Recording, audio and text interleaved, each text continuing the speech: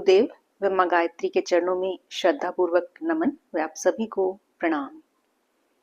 अभी आषाढ़ के गुप्त नवरात्रि 6 जुलाई से शुरू हो गए हैं, जिनका समापन 15 जुलाई को है, जिसमें काफी लोग गायत्री लघु अनुष्ठान भी कर रहे होंगे और अनुष्ठान के बाद हवन का भी विधि विधान है।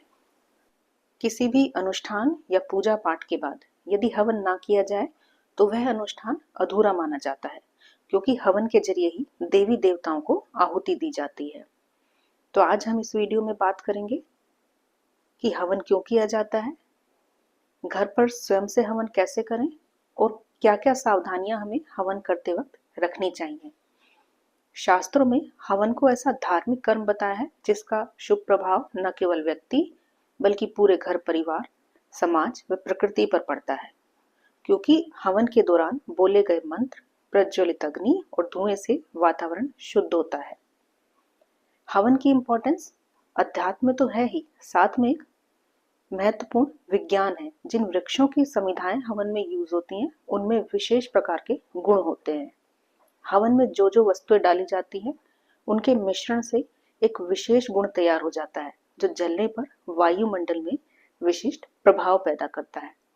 और जब मंत्रों का उच्चारण होता है तो मंत्रों की शक्ति से उस प्रभाव में और भी अधिक वृद्धि हो जाती है, जिससे जो व्यक्ति हवन में शामिल होता है उसके आसपास का वायुमंडल शुद्ध हो जाता है। हवन कुंड में अग्नि प्रज्वलित करने के बाद जब पवित्र अग्नि में शहद, फल, घी, समीधा जैसे पदार्थों की आहुति दी जाती है तो माना जाता है कि यदि आसपास बुरी आत्मा का प्रभाव है तो हवन प्रक्रिया इससे मुक्ति दिलाती है। साधनाओं में भी हवन अनिवार्य है। जितने भी पाठ, पुरुषचरण, जप, साधन किए जाते हैं वे चाहे वेदोक्त हो चाहे तांत्रोक्त, हवन किसी न किसी रूप में करना पड़ेगा। गायत्री उपासना में भी हवन आवश्यक है। तो अब हम बात करते हैं हवन की विधि के बारे में। सबसे पहले जो जो सामान हवन में चाहिए अपने पास रख लें, जिससे आपको हवन के बीच में उठना ना पड़े। एक कटोरी में 250 ग्राम के आसपास देसी घी ले लें। गाय का घी हो तो ज्यादा अच्छा है। एक मीडियम साइज का हवन कुंड ले लें, मार्केट में इजीली मिल जाता है, ज्यादा बड़ा ना हो, या फिर ईंटों से भी बना सकते हैं। बीच में रेत डाल दें ताकि फर्श खराब ना हो। आम की समिधाएं रखें, ये भी मार्केट में आसानी से मिल जाती हैं। समिधाएं साफ सुथरी हो, कीड़ा ना लगा हुआ हो।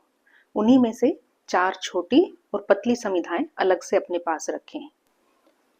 हवन सामग्री रख लें, ये भी आसानी से मार्केट में मिल जाती है। और यदि घर पर हवन सामग्री बनाना चाहते हैं तो उसके लिए काले तिल, जौ, चावल, शक्कर और घी, ये सारी चीजें रख लें। तिल के आधे जौ, जौ के आधे चावल और चावल की आधी शक्कर, और इन सब में थोड़ा सा घी डालकर मिक्स कर दें। और यदि चाहें तो उसमें कुछ ड्राई फ्रूट्स जैसे मखाना, बादाम, गोले की गिरी, ये सब भी डाल लें। ये सामग्री आसानी से घर पर तैयार हो जाएगी। पंच पात्र ले लें, यदि नहीं है तो एक बर्तन में थोड़ा सा जल लें और चम्मच रख लें। कपूर रखें, रुई की बत्ती और मौली रख लें। एक सूखा नारियल लें, उसे ऊपर से थोड़ा सा काट कर उसमें हवन सामग्री और थोड़ा घी मिक्स करके भर दें, और जो ऊपर वाला पार्ट काटा था उसे ढक्कन की तरह ढक दें। ये हवन के बाद पूर्ण आहुति के रूप में दिया जाता है। और यदि नारियल नहीं है तो सुपारी ले लें। थोड़ा सा चावल भी रखें। ये सारा सामान अपने पास रख लें और कोशिश करें कि बीच में उठना ना पड़े। जो लोग नीचे नहीं बैठ पाए वे चेयर या स्टूल पर बैठकर हवन कर लें और घर के मेंबर से हेल्प ले लें। सबसे पहले षटकर्म करना चाहिए। जिस व्यक्ति ने अनुष्ठान किया है और यदि वह अपनी पूजा के बाद हवन कर रहा है तो षटकर्म की जरूरत नहीं पड़ती, क्योंकि वह पूजा में पहले से ही कर चुका है। बाकी सदस्य जो हवन में शामिल हैं वे पवित्रीकरण, आचमन और शिखाबंधन कर लें। सबसे पहले रक्षा विधान किया जाता है। उसके बाद जिसने अनुष्ठान किया है वह थोड़ा सा चावल बाएं हाथ में लेकर 10 दिशाओं में छोड़ दे। यह देव शक्तियों के आवाहन के लिए करते हैं। यदि कोई नेगेटिव एनर्जी होगी तो वो हवन में विघ्न ना डाले। उसके बाद सभी लोग कलावा या मौली बांध लें। मौली 3 सूत के धागों से बनाई जाती है। इसे त्रिदेव का प्रतीक माना जाता है और कई बार 5 धागों से भी बनाई जाती है, जिसे पंचदेव का प्रतीक माना जाता है। कलावा इसलिए बांधा जाता है ताकि त्रिदेवों और उनकी शक्तियां त्रिदेवियों का आशीर्वाद मिले, जिससे जीवन में आने वाले हर संकट दूर हो। अविवाहित महिलाओं और पुरुषों को दाएं हाथ में और मैरिड महिलाओं को बाएं हाथ में कलावा बांधना शुभ बताया गया है। रक्षा विधान के बाद अग्नि स्थापन करते हैं। एक छोटी बत्ती घी में भीगी हुई हवन कुंड में रखें और फिर समिधाओं को हवन कुंड में जमा लें और बत्ती को जला लें। ऊपर से थोड़ा सा घी डाल दें। जब अग्नि प्रज्वलित होने लगे तो गायत्री स्तवन का पाठ करें। इसकी एक छोटी सी पतली सी बुक आती है मार्केट में, वो भी आसानी से आपको मिल जाएगी। उसके बाद जो 4 छोटी समिधाएं अलग से रखी हुई थी, उनके दोनों साइड्स को घी में भिगोकर बीच में से पकड़ें और माँ गायत्री का ध्यान करते हुए हवन कुंड में डालें। इन्हें साधना, संयम, स्वाध्याय और सेवा का प्रतीक माना गया है। उसके बाद जल प्रसेचन किया जाता है। इसके लिए जल को पात्र में से लेकर सभी दिशाओं में हवन कुंड के चारों ओर डालें। जल प्रसेचन के बाद 7 घी की आहुतियां दी जाती हैं, जिसे आज्याहुति कहते हैं। वे इस प्रकार से बोलनी है: ओम प्रजापते स्वाहा इदम प्रजापते इदम नमः। ओम इंद्राय स्वाहा इदम इंद्राय इदम नमः। ओम अग्नये स्वाहा इदम अग्नये इदम नमः। ओम सोमाय स्वाहा इदम सोमाय इदम नमः। ओम भू स्वाहा इदम पृथ्वे इदम नमः। ओम भय स्वाहा इदम वायवे इदम नमः।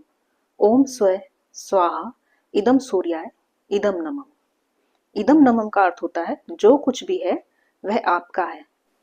अब आज्याहुति के बाद जिसने अनुष्ठान किया है उसे 9 आहुतियां घी की गायत्री मंत्र बोलते हुए देनी है। ओम भूर्भुवः स्वः तत्सवितुर्वरेण्यं भर्गो देवस्य धीमहि धियो यो नः प्रचोदयात् स्वाहा इदम गायत्री इदम नमः।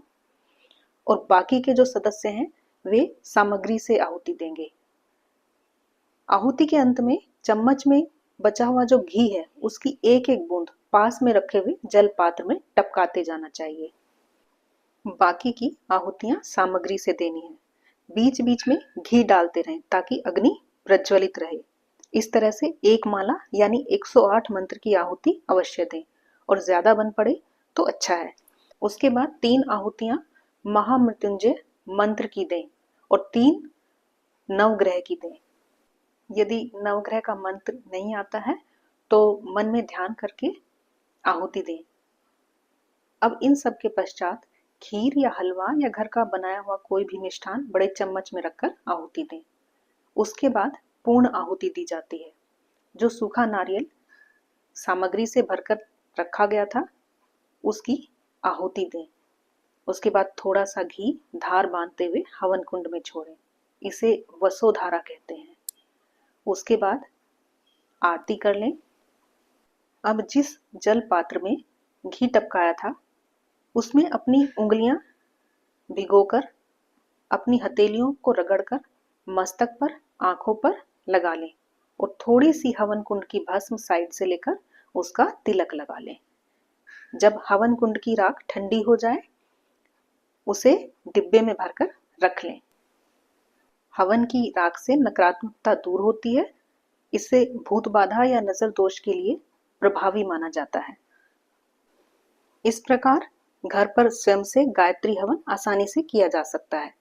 और अब बात कर लेते हैं कुछ सावधानियों की जो हवन करते वक्त ध्यान में रखनी चाहिए।